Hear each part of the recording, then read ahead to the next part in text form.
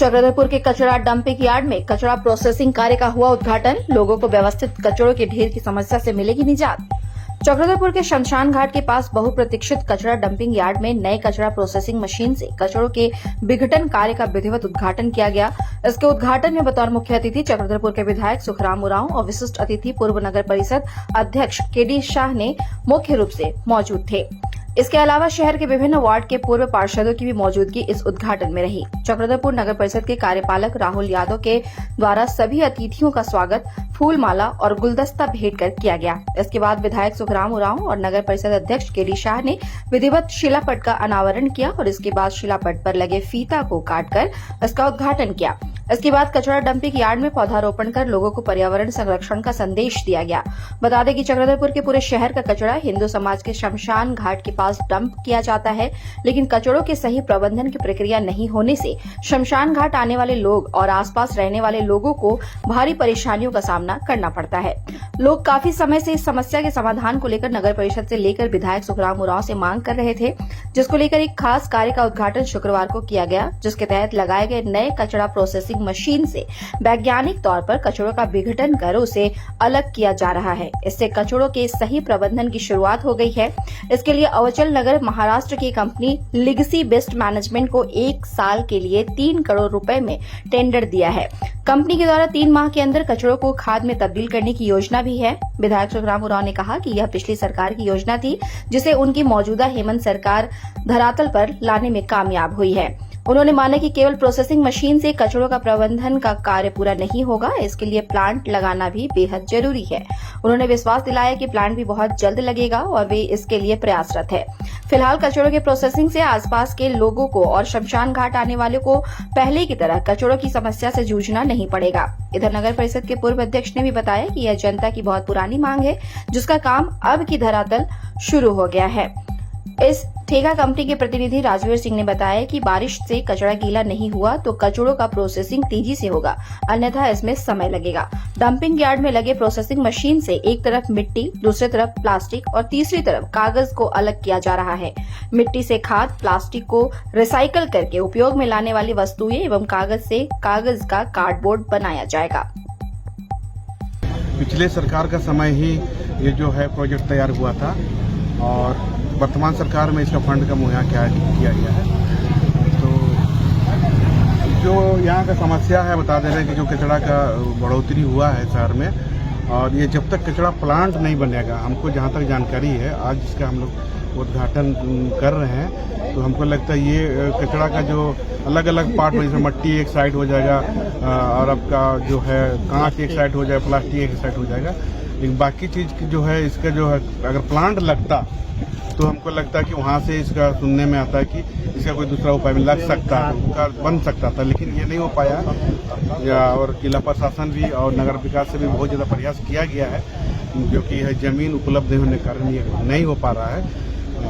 लेकिन कहीं ना कहीं प्रशासन, नगर पालिका तैयारी कर रहा है, खोजबीन कर रही, कहीं भी होगा तो ये बन जाएगा। लेकिन है बड़ा समस्या चक्रधरपुर के लिए, सबके लिए बड़ा समस्या है, और ये आज से नहीं बरसों से ही है। यहाँ पर देख रहे हैं आपने कि यहाँ पर व्यक्ति का अंतिम जो दिन होता है, दर्शन होता है, वहाँ पे जो कचरा जमा है, ये बहुत दुख की बात है। हम सबके लिए, कोई लीडर के लिए नहीं, हम सबके लिए बहुत दुख की बात है। लेकिन शहर नगर पालिका के अंदर में कहीं जमीन नहीं है, ग्रामीण क्षेत्र में जो जमीन है वहाँ के लोग देना नहीं चाहता है, तो कहीं ना कहीं इसका उपाय निकलेगा, आज हो देर सवेर निकलेगा। तो हमको लगता है कि ये कचरा का जो ये है अस्थायी रूप से समाधान निकलेगा। नहीं, ये तो हम लोग को चक्रधरपुर शहर के लिए बहुत सौभाग्य का बात है। इसके लिए बहुत बार बोर्ड में हम लोग उठाए बात, लेकिन ज़मीन ठीक भी हुआ, ज़मीन किसी कारण विरोध के चलते नहीं बन सका। तो यह कचरा प्लांट के बहुत पहले से पानी था, इसको बैठ जाने से शहर में बहुत बड़ा राहत मिल गया। इस कचरा को तुरंत गिरेगा, तुरंत इसका खाद बन जाएगा। खाद बन के वो अपना कंपनी जो है अपना बाहर भेजेंगे या लोकल में बेचेंगे, कचरा का यहाँ पर अंबार खत्म हो जाएगा। मशीन है 1200, तो ये क्या करता है, पहले आप जो रॉ वेस्ट रहता है कचरा, भैया लेगेसी वेस्ट है जो यहाँ का, तो लेगेसी वेस्ट को मशीन में डालते हैं, फीडर के थ्रू मशीन में जाएगा। और मशीन से आगे जो स्क्रीन दिख रहा है, वो स्क्रीन में जो जाली है एक 80 mm का है, एक 30 mm का है। तो वो तो 80 mm का जाली बाइफरकेट करता है ये सब मटेरियल। जो 80 mm के ऊपर रहता है वो ऊपर की जाली से आता है। यूजुअली वो सब प्लास्टिक रहता है, लकड़ा रहता है, कपड़ा रहता है, वही सब रहता है। वो आगे निकल के नहीं आता है। तो जो 80 mm के नीचे का जो मटेरियल रहता है, जिसमें ईंट, पत्थर, गिट्टी, छोटा मोटा कांच का टुकड़ा, प्लास्टिक ये सब आता है, वो जाता है उधर। उसको इनट मटेरियल बोलते हैं। तो ये जो 30 mm के नीचे जो निकलता है उसे बायोसॉइल बोलते हैं। ठीक है, जो निकलता है ये अपने कचरे में से, वो यहाँ पर 30 mm के नीचे वाला। और इनका बेसिकली रहता है जो आगे से निकलता है, आगे कन्वेयर से मेन RDF जो 80 mm से ऊपर रहता है, तो उसको रिफ्यूज डिराइव फ्यूल बोलते हैं। और वो रिफ्यूज डिराइव फ्यूल का मेन पर्पस ये रहता है कि वो सीमेंट फैक्ट्री यूज़ करता है अपने बॉयलर मशीन में यूज़ करने के लिए। वहाँ पे वो लोग यूज़ करते हैं जलाने के लिए फ्यूल। और जो बायोसॉइल और इनट निकलता है ये लो लैंड एरिया में जाता है, लैंड पे नहीं, जैसे आपका गड्ढा ज़मीन हो गया, तो नीचे इनट डालते हैं। इनट में कैसा ईंट, पत्थर, गिट्टी ये सब रहता है, तो उससे कैसा एक ज़मीन को सख्त मिल जाता है, जल्दी दबता नहीं। और बायोसॉइल आपका एक और एक पर्पस है कि आप खाद के जैसा यूज़ करते हैं, फर्टिलाइजर। सर जो अभी जो प्रोसेस हो रहा है, जैसे मान लीजिए अलग अलग चीज़ें निकल रही है, वो कहाँ कहाँ पे सप्लाई होती है? अभी फिलहाल जो मटेरियल अभी प्रोसेसिंग का चालू हुआ है, आगे मैनेजमेंट और जो नगर निगम है, नगर विकास है, उनका एक बार टीम का मीटअप होगा। उसके बाद वो लोग डिसाइड करेंगे कि आगे कैसे प्रोसीड करना है। पहले हमारा जो काम है प्रोसेसिंग उसको क्लियर कर हो जाएगा। वो मीटिंग होगा मैनेजमेंट और निगम का, उसके बाद डिसाइड होगा। तो ये टोटल आपका इससे समय कितना लग सकता है?